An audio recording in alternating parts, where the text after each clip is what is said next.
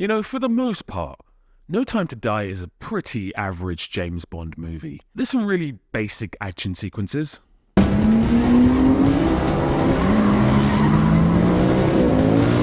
boring villain.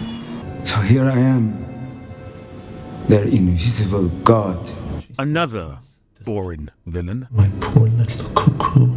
I mean, come on. Did you really think this is going to work, guys? After the film before? I mean, the other film was terrible. A pretty appalling love story. You'll never see me again.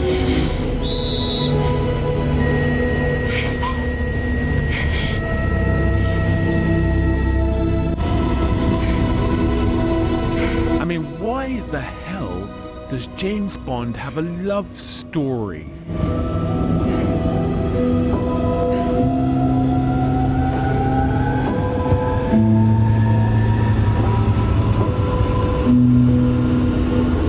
So here's the thing. If you like James Bond, you either love Sean Connery Bond. James Bond. or Daniel Craig. The name's Bond. James Bond. Now, there are some weirdos who love Timothy Dalton, Bond, James Bond. some less weirdos who love Pierce Brosnan, Name's Bond. James Bond. and I mean, who doesn't love Roger Moore? He thinks I'm still a virgin. Yes, well, you get your clothes on. I'll buy you an ice cream. Now, I'm not going to lie to you. I'm not the biggest James Bond fan. I don't know the lore, the inside information, every year the film was made. But I have pretty much seen all of them. And I can tell you that No Time to Die kind of sits somewhere in the mid-range of James Bond films. It's not quirky, it's not funny, and it's not completely boring. The action isn't the worst.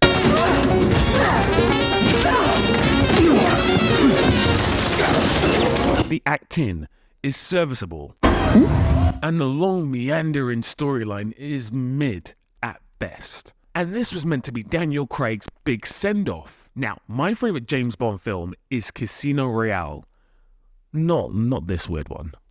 Listen, you can't shoot me. I have a very low threshold of death. My doctor says I can't have bullets enter my body at any time. Fuego! So long, suckers. Apunto! Fuego! This one. You are a funny man, Mr. Bond. Ah! Yeah! Ah! Ah! Yes! Yes! Yes! Yes!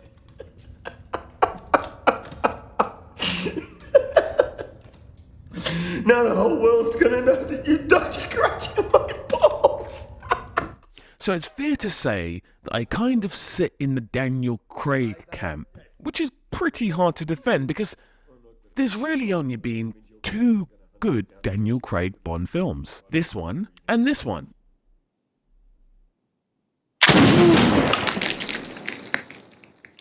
My turn. I win. But Casino Royale holds a special place in my heart. You see, it came out around about the same time as the Bourne films. It was an era when the James Bond franchise realised they had to move with the times. So they followed the Bourne model: brutal action, more adult filmmaking, and consistency in the storytelling. You see, prior to the Daniel Craig films, really the Bourne films didn't have a narrative strand that ran in a consistent manner. It was just one-off films. I mean, there were occasional callbacks and they'd use the same characters and there were occasional strands, but for the most part, there was no consistent storyline. Gone were the corny jokes. And to a degree, gone was the womanizing. The subsequent films, after Skyfall, were mainly miss and not hit. So when I was watching No Time to Die at the cinema and I saw this, I physically laughed. That's hilarious. That's so melodramatic, is what I said. Because it was. Now, call me old school, but James Bond should not be dying. Of course, there's many of you who will be saying that James Bond is just a code name. Anyone could be James Bond. That's not really the point, though, is it? The point is, James Bond shouldn't be dying. And for this film to almost proclaim itself as being the most important James Bond film ever, but actually killing off James Bond, is cocky, flagrant, and overly self-important. Now let's get this straight here before I conclude. This film was a boring, long, convoluted, basic love story where James Bond has a kid. This is Mathilde. Hello. What? A kid? Listen, I'm all up for moving with the times, and obviously the old-fashioned ideal of James Bond being with every single woman is now frowned upon. It's seen as very chauvinistic and outdated. However, I would rather have James Bond spend 3 hours trying to boink every woman he meets in every country Man talk. than have to sit through this boring, incoherent, crappy love story featuring a really wooden performance from its lead actress. And before you say anything, I do like the actress, and I praised her in my Dune 2 review, so don't say anything. It was a dreadful storyline where he has a kid. I mean, what are we doing here? Why does James Bond have a kid? What is going on? I'll do whatever you want. Yes, you will. Does anyone remember when Rami Malek was an Oscar-winning actor and the star of Mr. Robot, instead of just the sideman cameo in Oppenheimer? I mean, what they say is so true. You win an Oscar, your career's over. Terrible performance. What's he doing? But keep it simple. Guns, sex, espionage, cross-country adventures, and tanks blowing up.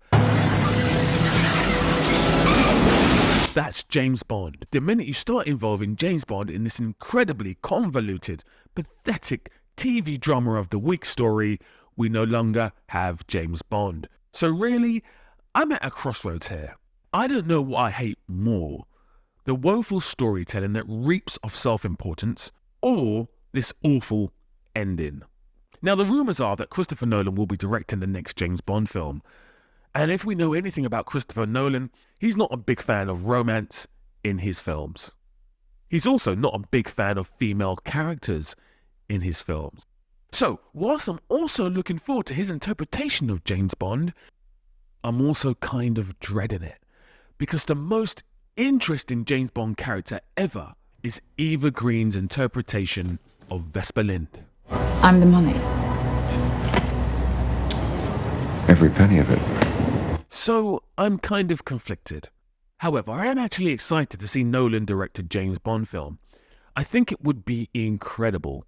But at the same time, I am also concerned. But one thing is for certain, this can never happen again.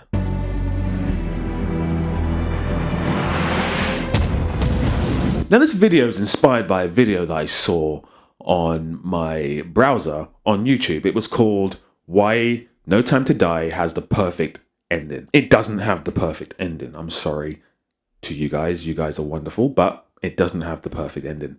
It has the worst ending I've ever seen in cinema history. Listen, if you've not subscribed yet, please do hit the subscribe button, hit the notification button, hit the like button, share this with your friends, your family, your pets, your dogs.